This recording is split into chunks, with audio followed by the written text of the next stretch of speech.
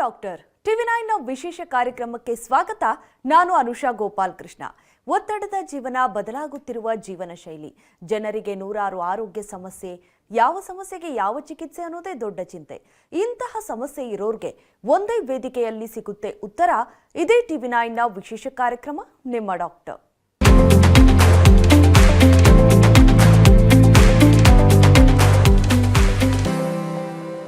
ಬಂಜೇತನ ಇತ್ತೀಚಿನ ದಿನದಲ್ಲಿ ಸಾಮಾನ್ಯವಾಗಿ ಕಂಡುಬರುವಂತಹ ಸಮಸ್ಯೆಗಳಲ್ಲಿ ಒಂದಾಗಿದೆ. ಕಲುಷಿತ ಗಾಳಿ, ಪೋಷಕಾಂಶ ರಹಿತ ಆಹಾರ, ಅನುಚಿತ ಜೀವನ ಶೈಲಿ, ತಿಂಗಳ ಋತುಚಕ್ರದಲ್ಲಿ ಕ್ರಮಬದ್ಧತೆ ಇಲ್ಲದಿರೋದು ಬಂಜೇತನಕ್ಕೆ ಕಾರಣವಾಗಬಹುದು. ಇನ್ನು ಪಿಸಿಒಎಸ್, ಪಾಲಿಸಿಸ್ಟಿಕ್ ಓವೇರಿಯನ್ ಸಿಂಡ್ರೋಮ್, ಅಂಡಾಶಯದಲ್ಲಿ ಸಿಸ್ಟ್ ಕಾಣಿಸಿಕೊಳ್ಳೋದು ಅಥವಾ ಎಂಡೋಮೆಟ್ರಿಯಾಸಿಸ್, ಗರ್ಭಾಶಯದ ಒಳಪದರವನ್ನ ಹೋಲುವ ಅಂಗಾಂಶವು ಗರ್ಭಾಶಯದ ಹೊರಗೆ ಬೆಳೆಯುವ ಒಂದು ಕಾಯಿಲೆ. ಇದು ಸೊಂಟದಲ್ಲಿ ತೀವ್ರವಾದ ನೋವನ್ನ ಉಂಟು ಮಾಡಬಹುದು ಮತ್ತು ಇದು ಕೂಡ ಗರ್ಭಿಣಿಯಾಗುವುದನ್ನ ಕಷ್ಟಕರವಾಗಿಸಬಹುದು. ಇದೆಲ್ಲ ಸಮಸ್ಯೆಗಳಿಗೆ ಪರಿಹಾರ ಏನು? ಹಾಗಾದ್ರೆ ಐವಿಎಫ್ ಮೂಲಕ ಇದನ್ನ ಬಗೆಹರಿಸಬಹುದಾ? ಅದು ಹೇಗೆ? ಇದೆಲ್ಲದರ ಬಗ್ಗೆ ಮಾಹಿತಿ ಕೊಡೋದಕ್ಕೆ ಇವತ್ತು ನಮ್ಮ ಜೊತೆ ಇದ್ದಾರೆ ಗರ್ಭಗುಡಿ ಐವಿಎಫ್ ಸೆಂಟರ್ ಬೆಂಗಳೂರಿನ ಫೌಂಡರ್ ಹಾಗೂ ಮೆಡಿಕಲ್ ಡೈರೆಕ್ಟರ್ ಆಗಿರುವಂತಹ ಡಾಕ್ಟರ್ ಆಶಾ ಎಸ್ ವಿಜಯ್ ಅವರು. ಡಾಕ್ಟರ್ ನಮಸ್ತೆ, ಕಾರ್ಯಕ್ರಮಕ್ಕೆ ಸ್ವಾಗತ ನಿಮಗೆ.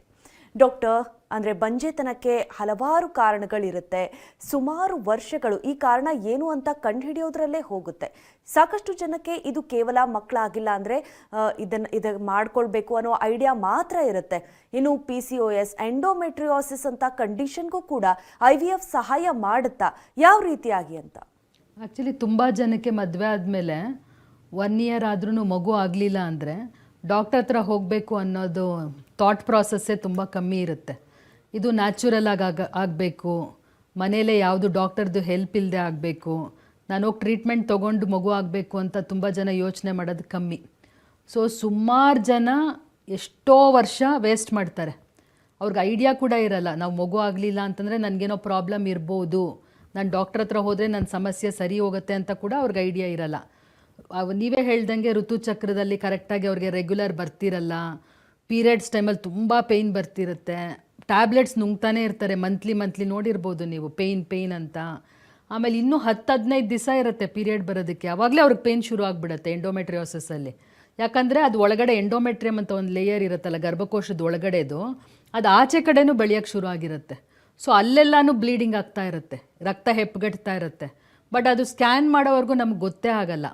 ಸುಮಾರು ಜನ ಹೆಣ್ಮಕ್ಳು ಪೇಯ್ನ್ ಬರೋದು ಕಾಮನ್ನು, ನಾವು ಪೇಯ್ನ್ ಕಿಲ್ಲರ್ಸ್ ತೊಗೊಳೋದು ಓಕೆ ಅಂತ ಅದೇ ಥರ ಜೀವನ ನಡೆಸ್ತಾ ಇರ್ತಾರೆ. ಮದುವೆ ಆದಮೇಲೆ ಇದರದ್ದು ಪ್ರಾಬ್ಲಮ್ಸು ಬಂಜೇತನ ಮೂಲಕ ಕಾಣಿಸ್ಕೊಳ್ಳುತ್ತೆ. ಸೊ ನಿಮ್ಗೊಂದ್ಸಲಿ ಆಶ್ಚರ್ಯ ಆಗ್ಬೋದು, ನನ್ನ ಚೇಂಬರಲ್ಲಿ ಬಂದು ನೀವೇನಾರು ಕೂತ್ಕೊಂಡ್ರೆ 12 years, 15 years, 18 years married life ಆದರೂ ಡಾಕ್ಟರ್ ಹತ್ರ ಬಂದಿರಲ್ಲ. ಅದೇ ಥರ ನೋವು ಅನುಭವಿಸ್ತಾನೆ ಇರ್ತಾರೆ, ಅದೇ ಕಷ್ಟ ಕಾರ್ಪಣ್ಯದಲ್ಲೇ ಇರ್ತಾರೆ, ಡಾಕ್ಟ್ರ್ ಹತ್ರ ಬಂದಿರಲ್ಲ. ಬಟ್ ಇವಾಗ ತಂತ್ರಜ್ಞಾನ ಎಷ್ಟು ಮುಂದುವರೆದಿದೆ ಅಂದರೆ, ನೀವೇನು ಹೇಳಿದ್ರಿ, PCOD, ಎಂಡೋಮೆಟ್ರಿಯಾಸಿಸ್, ಫೈಬ್ರಾಯ್ಡ್ಸ್, ಎಲ್ಲದಕ್ಕೂ ಚಿಕಿತ್ಸೆ ಇದೆ. ಎಷ್ಟು ಬೇಗ ಬರ್ತಾರೋ ಅಷ್ಟು ಬೇಗ ಅವ್ರಿಗೆ ರಿಲೀಫ್ ಸಿಗುತ್ತೆ. ಡಾಕ್ಟರ್, ಈ PCOS ಮತ್ತು ಎಂಡೋಮೆಟ್ರಿಯಾಸಿಸ್ ಇದಕ್ಕೆ IVF ಬೇಕು ಅನ್ನೋದು ಗೊತ್ತಾಗೋದು ಯಾವಾಗ? ಅಥವಾ ಅಂದರೆ ಯಾವ ರೀತಿ ಸಿಂಪ್ಟಮ್ಸ್ ತೋರಿಸುತ್ತೆ ಮತ್ತು ಹೇಗೆ IVF ಇದಕ್ಕೆ ಸಹಾಯ ಮಾಡುತ್ತೆ ಅಂತ? ಪಾಲಿಸಿಸ್ಟಿಕ್ ಓವರೀಸ್ ಇರೋರಿಗೆ ಫಸ್ಟು ಅವ್ರಿಗೆ ಋತುಚಕ್ರ ಫುಲ್ ಕಂಪ್ಲೀಟಾಗಿ ಇರ್ರೆಗ್ಯುಲರ್ ಆಗುತ್ತೆ. ಆಮೇಲೆ ಅವ್ರಿಗೆ ಕರೆಕ್ಟಾಗಿ ಬ್ಲೀಡಿಂಗ್ ಆಗ್ತಿರಲ್ಲ. ಅಕಸ್ಮಾತ್ ಬ್ಲೀಡಿಂಗ್ ಸ್ಟಾರ್ಟ್ ಆದರೆ ಅದು ಕರೆಕ್ಟಾಗಿ 3 to 5 ಡೇಸಲ್ಲಿ ನಿಲ್ಲಲ್ಲ. 15 ಡೇಸ್, 20 ಡೇಸ್, 1 ಮಂತ್ ಆದರೂ ಬ್ಲೀಡ್ ಆಗ್ತಿರ್ತಾರೆ. ಆಮೇಲೆ ದೇಹ ತುಂಬ ದಪ್ಪ ಆಗ್ತಿರುತ್ತೆ ಅವ್ರಿಗೆ ಹಾರ್ಮೋನಲ್ ಇಂಬ್ಯಾಲೆನ್ಸಿಂದ. ಆಮೇಲೆ ದೇಹದಲ್ಲಿ ಇದು ಅನ್ವಾಂಟೆಡ್ ಹೇರ್ಸ್ ಅಂತ ಹೇಳ್ತೀವಲ್ಲ, ಕೂದಲುಗಳು ಜಾಸ್ತಿ ಮುಖದ ಮೇಲೆ, ಹೊಟ್ಟೆ ಮೇಲೆ, ಕಾಲ ಮೇಲೆ, ಕೈ ಮೇಲೆಲ್ಲ ಜಾಸ್ತಿ ಕಾಣಿಸೋಕ್ಕೆ ಶುರು ಆಗುತ್ತೆ. ಆಮೇಲೆ ಅವ್ರಿಗೆ ಕರೆಕ್ಟಾಗಿ ಅಂಡಕೋಶದಿಂದ ಮೊಟ್ಟೆ ಬಿಡುಗಡೆ ಆಗಲ್ಲ. ಸೊ ಅವ್ರು ಕನ್ಸೀವ್ ಆಗಲ್ಲ. ಇದೊಂದು ಕಂಪ್ಲೀಟಾಗಿ ಒಂದು ವಿಷವರ್ತುಲ ಅನ್ಬೋದು, ಅದರಲ್ಲಿ ಸಿಕ್ಕಾಕೊಂಡ್ಬಿಟ್ಟಿರ್ತಾರೆ. ಸೊ ಹೇಗೆ ಅವ್ರ ಲೈಫ್ ಸ್ಟೈಲ್ನ ಬದಲಾವಣೆ ಮಾಡ್ಕೊಳ್ತಾರೋ, ವೆಯ್ಟ್ ಕಮ್ಮಿ ಮಾಡ್ಕೊಳ್ತಾರೋ, ಹಾಗೇ ಅವ್ರದ್ದು ಋತುಚಕ್ರದ್ದು ಒಂದು ರೆಗ್ಯುಲಾರಿಟಿ ಬರುತ್ತೆ, ಕನ್ಸೀವ್ ಆಗೋಕ್ಕೆ ಕೂಡ ಹೆಲ್ಪ್ ಆಗುತ್ತೆ. ಫಾರ್ ಎಕ್ಸಾಂಪಲ್ ಅವ್ರಿಗೆ PCOD ಅವ್ರಿಗೆ ನ್ಯಾಚುರಲಾಗಿ ಕನ್ಸೀವ್ ಆಗ್ತಿಲ್ಲ, ಡಾಕ್ಟ್ರ್ ಹತ್ರ ಹೋಗಿ ಟ್ರೀಟ್ಮೆಂಟ್ ತೊಗೊಂಡ್ರು ಅವ್ರಿಗೇನು ಯೂಸ್ ಆಗ್ತಿಲ್ಲ, IUI ಮಾಡಿಸಿದ್ರು ಅವ್ರಿಗೆ ಹೆಲ್ಪೇ ಆಗ್ತಿಲ್ಲ ಅನ್ನೋರಿಗೆ ನಾವು ನೆಕ್ಸ್ಟ್ ಲೈನ್ ಆಫ್ ಟ್ರೀಟ್ಮೆಂಟ್ IVFಗೆ ಹೋಗಬೇಕು ಅಂತ ಸಜೆಸ್ಟ್ ಮಾಡ್ತೀವಿ. PCOD, ಎಂಡೋಮೆಟ್ರಿಯಾಸಿಸ್ ಬಂದ ತಕ್ಷಣ ಅವ್ರಿಗೆ IVF ಅಂತ ಯಾವ ಡಾಕ್ಟ್ರು ಸಜೆಸ್ಟ್ ಮಾಡಲ್ಲ. ಕಂಪ್ಲೀಟ್ ಅವ್ರಿಗೆ ಮೆಡಿಕೇಷನ್ಸ್ ಕೊಟ್ಟು first line of treatment, second line of ಟ್ರೀಟ್ಮೆಂಟಲ್ಲೂ ಅವ್ರದ್ದು ರೆಸ್ಪಾಂಡ್ ಆಗ್ತಿಲ್ಲ ಅಂದರೆ ಮಾತ್ರ ಅಂಥವ್ರಿಗೆ ಮಾತ್ರ IVF ಹೇಳ್ತೀವಿ. ತುಂಬ ದಿನ ಆಗೋಗಿರುತ್ತೆ ಮದುವೆ ಆಗಿ, ಏಜ್ 35 ಕ್ರಾಸ್ ಆಗೋಗ್ತಿರುತ್ತೆ, ಹಸ್ಬೆಂಡ್ಸ್ ಏಜ್ 40 ಆಗ್ತಿರುತ್ತೆ, ಹಸ್ಬೆಂಡ್ಸ್ಗೂ ಪ್ರಾಬ್ಲಮ್ ಇರುತ್ತೆ, ಅಂಥವರೆಲ್ಲ IVFಗೆ ಸೂಕ್ತ ಚಿಕಿತ್ಸೆ ಅನ್ಬೋದು.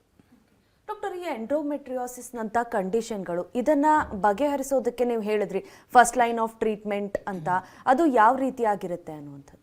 ಅವ್ರಿಗೆ ತುಂಬ ಪೀರಿಯಡ್ಸ್ ಟೈಮಲ್ಲಿ ಹೊಟ್ಟೆ ನೋವು ಬರ್ತಿದೆ ಅಂತಂದರೆ ಅವರು ಪೀರಿಯಡ್ ಆದಾಗ ಸೆಕೆಂಡ್ ಡೇ ಥರ್ಡ್ ಡೇ ಒಂದು ಸ್ಕ್ಯಾನಿಗೆ ಬರಬೇಕು. ನಾವು ಟ್ರಾನ್ಸ್ವೆಜೆನಲ್ ಸ್ಕ್ಯಾನ್ ಅಂತ ಮಾಡ್ತೀವಿ. ಅದು ಒಳಗಡೆಯಿಂದ ಸ್ಕ್ಯಾನ್ ಮಾಡೋದ್ರಿಂದ ಎಲ್ಲೆಲ್ಲಿ ರಕ್ತ ಹೆಪ್ಪುಗಟ್ಟಿದೆ, ಇವ್ರು ಏನಕ್ಕೆ ಪೇಯ್ನ್ ಬರ್ತಿದೆ ಅಂತ ನೀಟಾಗಿ ಡಯಾಗ್ನೋಸ್ ಮಾಡ್ಬೋದು. ಅಕಸ್ಮಾತ್ ಅವ್ರಿಗೆ ಸ್ಕ್ಯಾನಲ್ಲಿ ಏನೂ ಫೈಂಡಿಂಗ್ಸ್ ಇಲ್ಲ ಅಂದರೆ ಲ್ಯಾಪ್ರೋಸ್ಕೋಪಿ ಗೋಲ್ಡ್ ಸ್ಟ್ಯಾಂಡರ್ಡ್. ಸೊ ಹೇಗೆ ನಾವು ಕ್ಯಾಮ್ರಾ ಹಾಕಿ ಒಳಗಡೆ ನೋಡ್ತೀವಿ ಅಂತಂದರೆ ಅಕಸ್ಮಾತ್ ಅವ್ರಿಗೆ ಎಂಡೋಮೆಟ್ರಿಯಾಟಿಕ್ ಸ್ಪಾಟ್ಸ್ ಇದ್ದರೆ ತುಂಬ ಚೆನ್ನಾಗಿ ಡಯಾಗ್ನೋಸ್ ಆಗಿಬಿಡುತ್ತೆ. ಅಲ್ಲೇ ಅದನ್ನು ಲ್ಯಾಪ್ರೋಸ್ಕೋಪಿ ಮೂಲಕನೇ ಅದನ್ನು ನಾವು ಸೊಲ್ಯೂಷನ್ ಕೂಡ ಮಾಡ್ಬೋದು. ಅಂಥವ್ರಿಗೆ ನ್ಯಾಚುರಲಾಗಿ ಕನ್ಸೀವ್ ಆಗೋದು, IUI ಕನ್ಸೀವ್ ಆಗೋದು ತುಂಬ ಹೆಲ್ಪ್ ಆಗುತ್ತೆ. ತುಂಬ ಜನ ಕನ್ಸೀವು ಆಗಿಬಿಡ್ತಾರೆ, ಬಟ್ ಡಯಾಗ್ನೋಸ್ ಮಾಡೋದು ತುಂಬ ಮುಖ್ಯ. ನಾನು ನೋಡಿರೋ ಪ್ರಕಾರ ಸುಮಾರು ಜನ IUI ಕನ್ಸೀವ್ ಆಗಿಬಿಡ್ತಾರೆ. ಎಂಡೋಮೆಟ್ರಿಯೋಸಿಸ್ನ ತುಂಬ ದಿನ ಇಗ್ನೋರ್ ಮಾಡಿಬಿಟ್ಟಿದ್ದೀರಾ ಅಂತ ಇಟ್ಕೊಳ್ಳಿ, ಅದು ಸ್ಟೇಜ್ 3 ಗೊಟ್ಟೋಗಿದೆ, ಸಿವಿಯರ್ ಎಂಡೋಮೆಟ್ರಿಯೋಸಿಸ್ ಆಗಿಬಿಟ್ಟಿದೆ ಅನ್ನೋರಿಗೆ IVF ಮೂಲಕ ಅವ್ರಿಗೆ ತುಂಬ ಜನಕ್ಕೆ ಮಗು ಆಗಿದೆ. ಡಾಕ್ಟರ್, ಈಗ ಸಾಮಾನ್ಯವಾಗಿ ಈ ರೀತಿ ಫರ್ಟಿಲಿಟಿ ಸಮಸ್ಯೆ ಇರೋರಿಗೆ ಅವ್ರು ಆದಷ್ಟು ಪೀರಿಯಡ್ಸ್ನ ರೆಗ್ಯುಲರ್ ಮಾಡ್ಕೊಳ್ಳೋದಕ್ಕೆ ಟ್ಯಾಬ್ಲೆಟ್ಸ್ ಎಲ್ಲ ತಗೊಳ್ತಾ ಇರ್ತಾರೆ, ಚಿಕಿತ್ಸೆ ನಡೀತಾ ಇರುತ್ತೆ. ಪೀರಿಯಡ್ಸ್ ರೆಗ್ಯುಲರ್ ಆದಲ್ಲಿ ಫರ್ಟಿಲಿಟಿ ಸಮಸ್ಯೆ ಬಗೆಹರಿದಿದೆ ಅಂತನಾ, ಅಥವಾ ಎಗ್ ರಿಲೀಸ್ ಅದನ್ನು ಟ್ರ್ಯಾಕ್ ಮಾಡೋಕ್ಕೂ ಕೂಡ ಅವಕಾಶಗಳಿದೆಯಾ ಅಂತ? ಆ್ಯಕ್ಚುಲಿ ಇದು ತುಂಬ ಒಳ್ಳೆ ಪ್ರಶ್ನೆ. ಇವರು ಪೀರಿಯಡ್ಸ್ ರೆಗ್ಯುಲರ್ ಇಲ್ಲ ಅಂದ ತಕ್ಷಣ ಮೆಡಿಕಲ್ ಸ್ಟೋರಲ್ಲಿ ಹೋಗ್ಬಿಟ್ಟು ಸೆಲ್ಫ್ ಪ್ರಿಸ್ಕ್ರಿಪ್ಷನ್, ಸೆಲ್ಫ್ ಮೆಡಿಕೇಷನ್ ಮಾಡ್ಕೊಳ್ತಾರೆ. ಸೊ ಅಲ್ಲೇ ಓರಲ್ ಕಾಂಟ್ರಸೆಪ್ಟಿವ್ ಪಿಲ್ ತೊಗೊಂಬಿಟ್ಟು ಪೀರಿಯಡ್ಸ್ ರೆಗ್ಯುಲರ್ ಬಂದರೆ ಸಾಕು ಅಂದ್ಬಿಟ್ಟು ಮಾಡ್ತಿರ್ತಾರೆ. ರೆಗ್ಯುಲರ್ ಆಗಿ ಬರುತ್ತೆ, ಬಟ್ 100% ಕನ್ಸೀವ್ ಆಗಲ್ಲ. ನಾನು ಈ ತಪ್ಪನ್ನ ತುಂಬ ಜನ ಮಾಡೋದು ನೋಡಿದ್ದೀನಿ. ಓವರ್ ದ ಕೌಂಟರ್ ಹೋಗ್ಬಿಟ್ಟು ಮೆಡಿಸಿನ್ಸ್ ತೊಗೊಳ್ಳೋದು, ರೆಗ್ಯುಲರ್ ಮಾಡ್ಕೊಳ್ಳೋದು, ಬಟ್ ಅಂಡಕೋಶದಿಂದ ಅಂಡಾಣುಗಳು ಬಿಡುಗಡೆನೇ ಆಗ್ತಿರಲ್ಲ. ಎಷ್ಟೋ ಜನ 1 ಇಯರ್ ಟ್ಯಾಬ್ಲೆಟ್ ತೊಗೊಂಡ್ಮೇಲೆ ನಮ್ಮ ಡಾಕ್ಟರ್ಸ್ ಹತ್ರ ಬಂದಿದ್ದಾರೆ, ಏನೇನು ತೊಗೊಳ್ತಿದ್ದೀರಾ ಮೆಡಿಕೇಷನ್ಸ್ ತೋರಿಸಿ ಅಂದರೆ ನಿಧಾನಕ್ಕೆ ಪರ್ಸಿಂದ ತೋರಿಸ್ತಾರೆ. 1 ಇಯರಿಂದ ಓರಲ್ ಕಾಂಟ್ರಸೆಪ್ಟಿವ್ ನುಂಗ್ತಿರ್ತಾರೆ. ಓರಲ್ ಕಾಂಟ್ರಸೆಪ್ಟಿವ್ ಯಾಕೆ ಕೊಡೋದು? ಮಗು ಆಗಬಾರ್ದು ಅನ್ನೋದಕ್ಕೆ ತಾನೇ. ಇವ್ರು ಅದನ್ನು ಪೀರಿಯಡ್ ರೆಗ್ಯುಲರೈಸೇಷನ್ಗೆ ತೊಗೊಳ್ತಿರ್ತಾರೆ. ಸೊ ಸುಮಾರು ಜನ ಅವ್ರ ಬಾಡಿನ ತುಂಬ ಹಾರ್ಮ್ ಮಾಡ್ಕೊಳ್ತಾರೆ. ಸೊ ಅವ್ರು ಕರೆಕ್ಟಾಗಿ ಮಾತ್ರೆ ತೊಗೊಂಡ್ರೆ ಡಾಕ್ಟರ್ನ ಕೇಳಿನೇ ಅವ್ರು ರೆಗ್ಯುಲರೈಸ್ ಮಾಡ್ಕೋಬೇಕು. ಮಗು ಬೇಕು ಅನ್ನೋರಿಗೆ ಟ್ರೀಟ್ಮೆಂಟ್ ಬೇರೆ, ಬೇಡ ಅನ್ನೋರಿಗೆ ಟ್ರೀಟ್ಮೆಂಟ್ ಬೇರೆ ಇರುತ್ತೆ. ಅದನ್ನು ನೋಡಿ ಸಮಾಲೋಚನೆ ಮಾಡಿನೇ ತೊಗೋಬೇಕು ಅವರು. ಕರೆಕ್ಟ್ ಡಾಕ್ಟರ್, ಇನ್ನು ಈ ಅಂಡಾಣುಗಳ ಗುಣಮಟ್ಟವನ್ನು ಹೆಚ್ಚು ಮಾಡೋದಕ್ಕೂ ಕೂಡ IVF ಸಹಾಯ ಮಾಡುತ್ತಾ ಅನ್ನುವಂಥದ್ದು? ಖಂಡಿತ. ಫಾರ್ ಎಕ್ಸಾಂಪಲ್ PCODಲಿ ಅಂಡಾಣುಗಳ ಕ್ವಾಲಿಟಿನೂ ತುಂಬ ಪುವರ್ ಇರುತ್ತೆ. ಸೊ ಅಂಥವ್ರಿಗೆ ನಾವು ಫಸ್ಟು 3 ಮಂತ್ಸು ನೀವು ಲೈಫ್ ಸ್ಟೈಲ್ ಕಂಪ್ಲೀಟ್ ಚೇಂಜ್ ಮಾಡ್ಕೊಳ್ಳಿ, ತೂಕ ಇಳಿಸಿ, ಆಮೇಲೆ ಇನ್ಸುಲಿನ್ ಸೆನ್ಸಿಟೈಸರ್ಸ್ ಅಂತ ಮಾತ್ರೆಗಳಿದೆ PCODಗೆ. ಸೊ ಅದು ಕಂಪ್ಲೀಟಾಗಿ ಅದು ಹಾಕ್ತೀವಿ. ಅವ್ರದ್ದು ದೇಹದಲ್ಲಿ ತುಂಬ ಹಾರ್ಮೋನಲ್ ಚೇಂಜಸ್ಸು, ಬ್ಯಾಲೆನ್ಸ್ ಎಲ್ಲ ಬರಲಿಕ್ಕೆ ಶುರು ಆಗುತ್ತೆ. ಯೋಗ, ಪ್ರಾಣಾಯಾಮ ಮತ್ತು ಡಿಟಾಕ್ಸ್ ಥೆರಪೀಸ್ ಎಲ್ಲ ನಾವು ಅಡ್ವೈಸ್ ಮಾಡ್ತೀವಿ. ಹೇಗೆ ಅವರು ಡಯೆಟ್ಟು, ನ್ಯೂಟ್ರಿಷನ್ನು, ಸ್ಲೀಪು, ಎಕ್ಸಸೈಸ್ ಎಲ್ಲ ಇಂಟಿಗ್ರೇಟ್ ಮಾಡ್ಕೊಳ್ತಾರೋ ಅದೇ ಥರ ಎಗ್ ಕ್ವಾಲಿಟಿ ಕೂಡ ತುಂಬ ಚೆನ್ನಾಗಿ ಇಂಪ್ರೂವ್ಮೆಂಟ್ಸ್ ನೋಡಿದ್ದೀವಿ. ಸುಮಾರು ಜನಲ್ಲಿ ನಾವು ಸ್ಟಡಿ ಮಾಡಿದ್ದೀವಿ, ಬೇರೆ ಕಡೆ ಮಾಡಿಸ್ಕೊಂಡಿರ್ತಾರೆ IVF. ಎಂಬ್ರಿಯೋಸ್ ಎಲ್ಲ ತುಂಬ ಬ್ಯಾಡಾಗಿ ಬಂದಿರುತ್ತೆ ಭ್ರೂಣಗಳು. ಆಮೇಲೆ ಅವ್ರಿಗೆ ಇದೆಲ್ಲ ಥೆರಪೀಸ್ ಕೊಟ್ಬಿಟ್ಟು ಒಂದು 6 ಮಂತ್ಸ್ ಬಿಟ್ಬಿಟ್ಟು ಮತ್ತೆ ಮಾಡ್ತೀವಿ. ಒಳ್ಳೆ ಭ್ರೂಣ ಬರುತ್ತೆ, ಫಸ್ಟ್ ಟೈಮೇ ಕನ್ಸೀವ್ ಆಗಿ ಹೆಲ್ತಿ ಬೇಬೀಸ್ ಕೂಡ ಹುಟ್ಟಿದೆ. ಸೊ ಲೈಫ್ ಸ್ಟೈಲ್ ಚೇಂಜ್ ಅನ್ನೋದು, ಮೆಂಟಲಿ ಎಮೋಷ್ನಲಿ ಚೇಂಜ್ ಮಾಡ್ಕೊಳ್ಳೋದು ತುಂಬ ಪರಿಣಾಮ ಬೀರುತ್ತೆ ನಮ್ಮದು IVF ಔಟ್ಕಮ್ಸ್ ಮೇಲೆ. ಡಾಕ್ಟರ್, ಈಗ ಸಾಕಷ್ಟು ಜನ IVF ಅನ್ನೋದು ಲಾಸ್ಟ್ ಆಪ್ಷನ್ ಆಗಿ ಇಟ್ಕೊಂಡಿರ್ತಾರೆ. 10 ಚಿಕಿತ್ಸೆಗಳಾಗುತ್ತೆ ನೀವು ಹೇಳ್ದಂಗೆನೆ. ಬಟ್ IVF ಲೇಟ್ ಆದಷ್ಟು ರಿಸಲ್ಟ್ಸಿನ ಒಂದು ಪ್ರಮಾಣ ಕಡಿಮೆ ಆಗ್ಬೋದಾ ಡಾಕ್ಟರ್? ಆ ಕನ್ಫ್ಯೂಷನ್ನ ನೀವು ಕ್ಲಿಯರ್ ಮಾಡೋದಾದ್ರೆ. ತುಂಬ ಇಂಪಾರ್ಟೆಂಟ್ ಇದು. ಏಜ್ ಅನ್ನೋದು ವೆರಿ ವೆರಿ ಇಂಪಾರ್ಟೆಂಟ್ ಕ್ರೈಟೀರಿಯಾ, ಹೆಂಗಸರಿಗಾಗಿ ಗಂಡಸರಿಗಾಗಿ.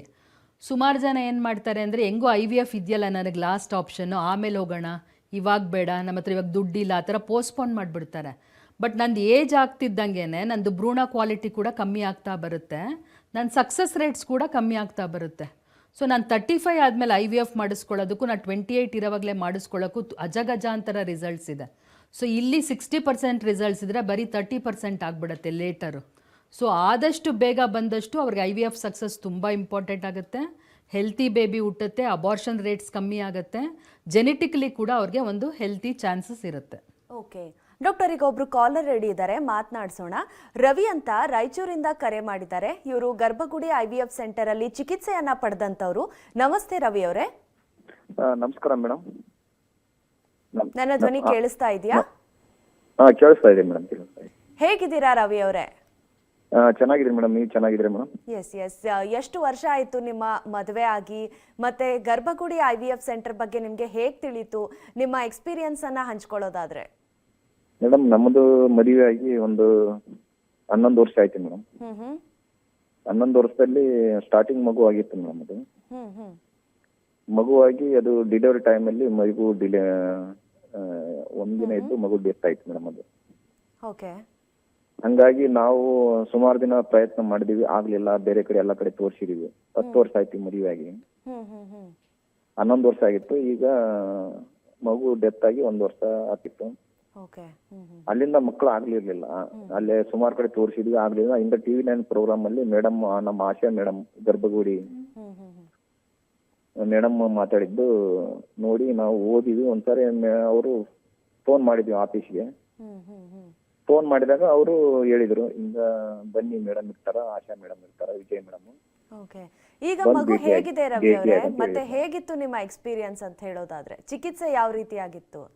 ಚಿಕಿತ್ಸೆ ಚೆನ್ನಾಗಿತ್ತು ಮೇಡಮ್. ಪ್ರತಿಯೊಂದು ನಮ್ಮ ಇವರು ರಾಜಾ ಮುರಳಿ ಮೇಡಮ್ ಅಂತಿದ್ದಾರೆ ಮೇಡಮ್, ಹನುಮಂತನಗರ. ಅವರು ನಮ್ನೆಲ್ಲ ಹಳೆ ಹಿಸ್ಟ್ರಿ ಎಲ್ಲ ತಗೊಂಡು ಮತ್ತೆ ನಮ್ನೆಲ್ಲ ಕೌನ್ಸಿಲಿಂಗ್ ಮಾಡಿದ್ರು ಮೇಡಮ್. ಕೌನ್ಸಿಲಿಂಗ್ ಮಾಡಿ ಏನಾಗಿತ್ತು ಎತ್ತ ಅಂತ ಪ್ರತಿಯೊಂದು ನೋಡಿ ಅವರೆಲ್ಲ ಪ್ಯಾರಾಮೀಟರ್ ಎಲ್ಲ ಚೆಕ್ ಮಾಡಿ ನಮ್ನೆಲ್ಲ ನಮ್ ಕಡೆಯಿಂದ ಮಾಹಿತಿ ತಗೊಂಡು ಮತ್ತೆ ಅವರೆಲ್ಲ ನಮ್ಮನ್ನ ಕನ್ಸಲ್ಟ್ ಮಾಡಿ ನಮ್ಗೆ ಅವರು ನಾವು ಸಕ್ಸಸ್ ಮಾಡಿ ಕೊಡ್ತೀವಿ ನಿಮ್ಗೆ ಅಂತ ಒಂದು ಭರವಸೆ ಕೊಟ್ಟು ನಮ್ಗೆ ಟ್ರೀಟ್ಮೆಂಟ್ ಚಾಲು ಮಾಡಿದ್ರು. ಓಕೆ. ಡಾಕ್ಟರ್ ಆಶಾ ಅವ್ರು ನಮ್ಮ ಸ್ಟುಡಿಯೋದಲ್ಲಿ ಇದ್ದಾರೆ ನಮ್ಮ ಜೊತೆ, ನೀವು ಮಾತನಾಡಿಸಬಹುದು ಅವ್ರ ಹತ್ರ. ಮೇಡಮ್ ನಮಸ್ಕಾರ. ನಮಸ್ತೆ ರವಿ ಅವರೇ, ಹೇಗಿದ್ದೀರಾ? ಮೇಡಮ್ ಚೆನ್ನಾಗಿದ್ದೀನಿ ಮೇಡಮ್, ನೀವು ಚೆನ್ನಾಗಿದ್ದೀರಾ ಮೇಡಮ್? ಹೇಗಿದ್ದಾರೆ ವೈಫ್? ಅವರು ಚೆನ್ನಾಗಿದ್ದಾರೆ ಮೇಡಮ್. ಅವರು ಈಗ ಒಂದು 4 ಮಂತ್ ಇದೆ ಮೇಡಮ್, ಈಗ 4 ಮಂತ್ಸ್. ಓ ಮೇಡಮ್, ನಿಮ್ಮ ಗರ್ಭಗುಡಿ ಬಂದ್ಮೇಲೆ ನಮಗೆ ಒಂದು ಚೆನ್ನಾಗಾಯ್ತು ಟ್ರೀಟ್ಮೆಂಟ್. ನಮ್ಮ ರಾಜಾ ಮುರಳಿ ಮೇಡಮ್ ಅವರು ಚೆನ್ನಾಗಿ ಟ್ರೀಟ್ಮೆಂಟ್ ಕೊಟ್ರು ಮೇಡಮ್. ಹೇಳಿದ್ರು ನಿಮ್ ಬಗ್ಗೆ. ಅವರಿಂದ ನಮ್ಗೆ ಒಂದು ಇವತ್ತು ನಾನು ಒಬ್ಬನೇ ಮಗನ ಮೇಡಮ್. ನಮ್ಮ ಮನೆಯಲ್ಲಿ ನಮ್ಮ ತಂದೆ ತಾಯಿ ಬಹಳ ಅವರು ಕೊರಗಿತ್ತು ಮನಸ್ಸು ಹೇಳಿದ್ರಿ ನೀವು. ನಿಮ್ಗೆ ಫಸ್ಟ್ ಸ್ಟಾರ್ಟಿಂಗ್ ಬಂದಾಗ ಭೇಟಿ ಆಗಿದ್ದೀವಿ ಮೇಡಮ್. ನಾವು ನಮ್ಮ ಎಲ್ಲ ಪ್ರಾಬ್ಲಮ್ಸ್ ಎಲ್ಲ ನಿಮ್ ಮುಂದೆ ಹೇಳಿದೀವಿ, ಈ ತರ ಇದೆ ಮೇಡಮ್, ನಮ್ಮ ಸಮಾಜದಲ್ಲಿ ಒಂದು ಇದು ಇಲ್ಲ. ಹೌದು. ನಮ್ಗೆ ಏನಂತಂದ್ರೆ ಈಗ ಮಕ್ಳಿಲ್ಲ ಅಂತಂದ್ರೆ ಯಾರು ನಮ್ಮನ್ನ ಕರೀದಿಲ್ಲ ಒಂದೇನು ಶುಭ ಕಾರ್ಯಕ್ಕೆ. ಜ್ಞಾಪಕ ಇದೆ ನೀವು ಹೇಳಿದ್ದು. ಇವಾಗ ಹೇಗಿದೆ ಲೈಫ್? ಇವಾಗ ನಮ್ಮ ಚೇಂಜ್ ಆಗಿದೆ ಮೇಡಮ್, ಹಣೆಬರ ಚೇಂಜ್ ಆಗಿದೆ. ಈಗ ಒಂದು ನಮ್ಮ ಮನೆಗೆ ಜೀವ ಬಂದಿದೆ. ಸೂಪರ್.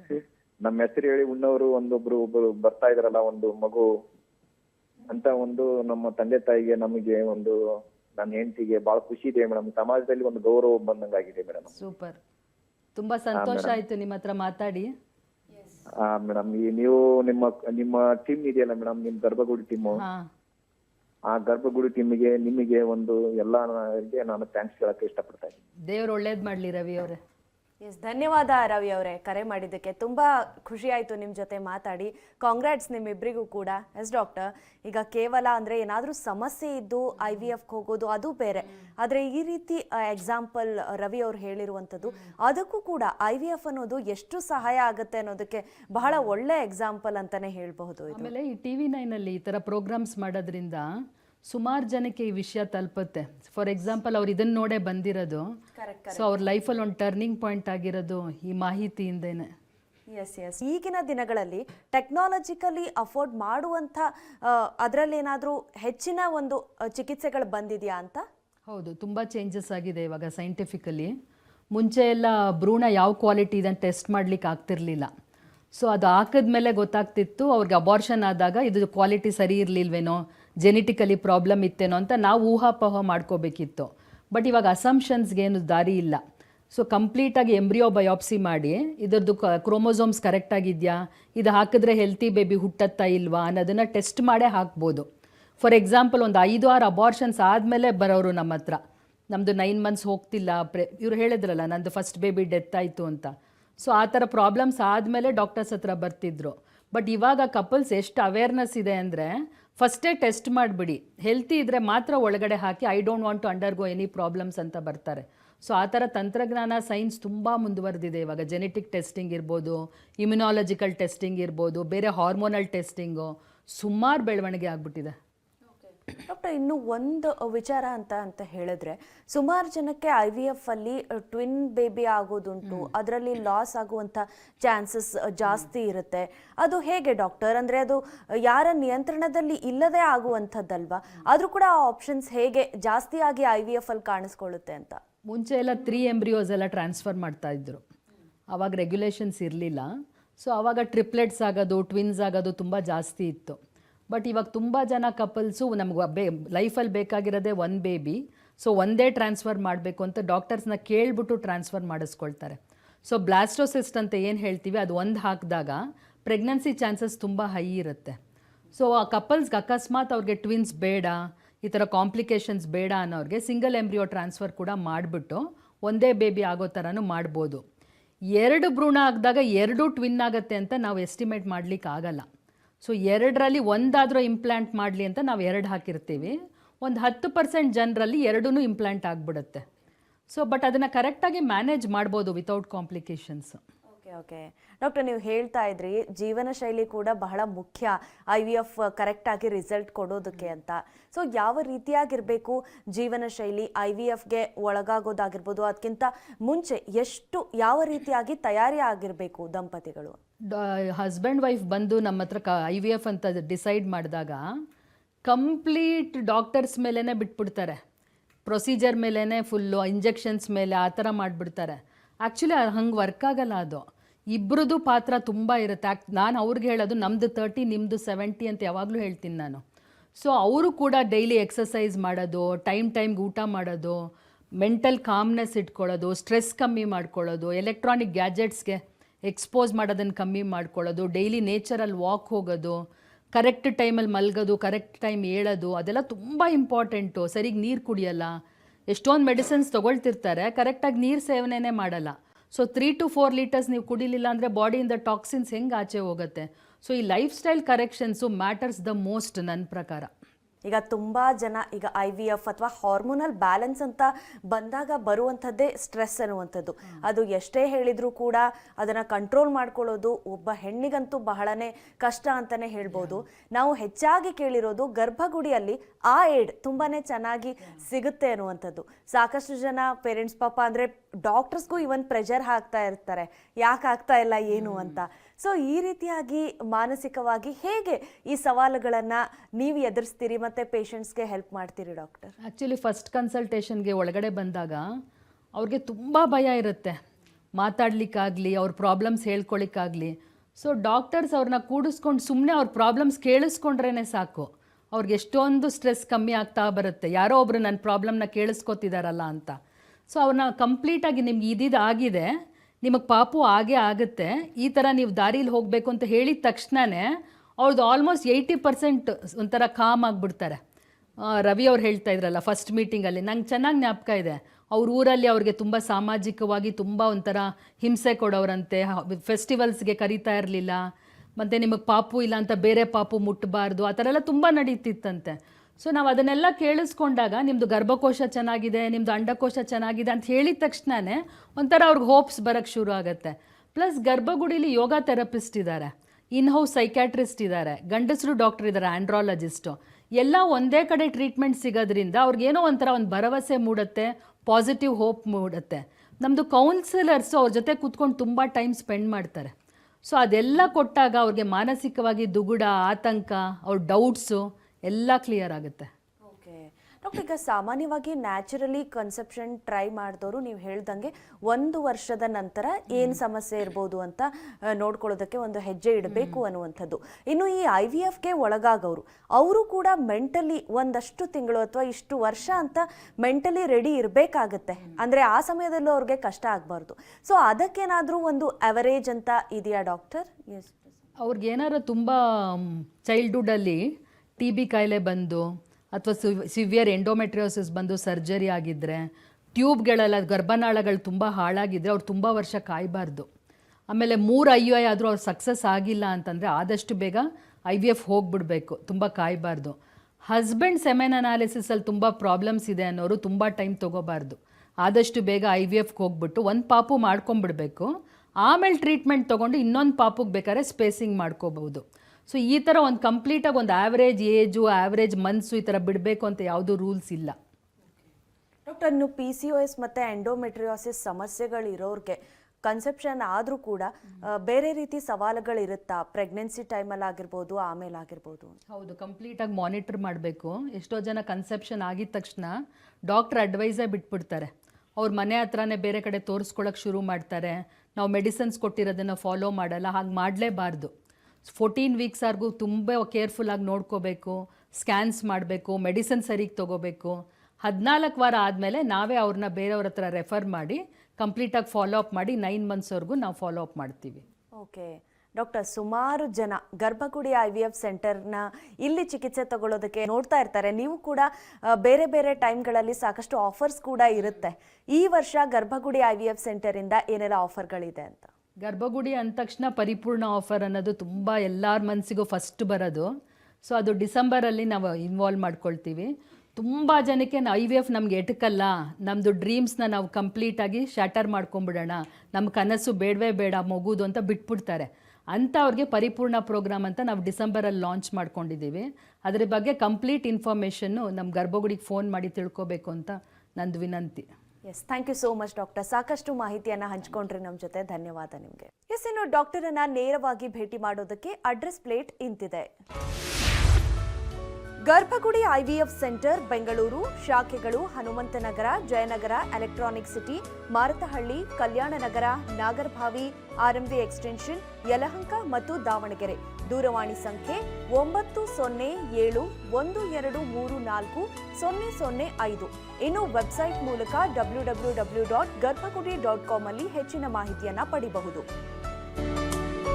ಇದಾಗಿತ್ತು ಇವತ್ತಿನ ನಿಮ್ಮ ಡಾಕ್ಟರ್. ನಿರಂತರ ಸುದ್ದಿಗಾಗಿ ನೋಡ್ತಾ ಇರಿ TV9.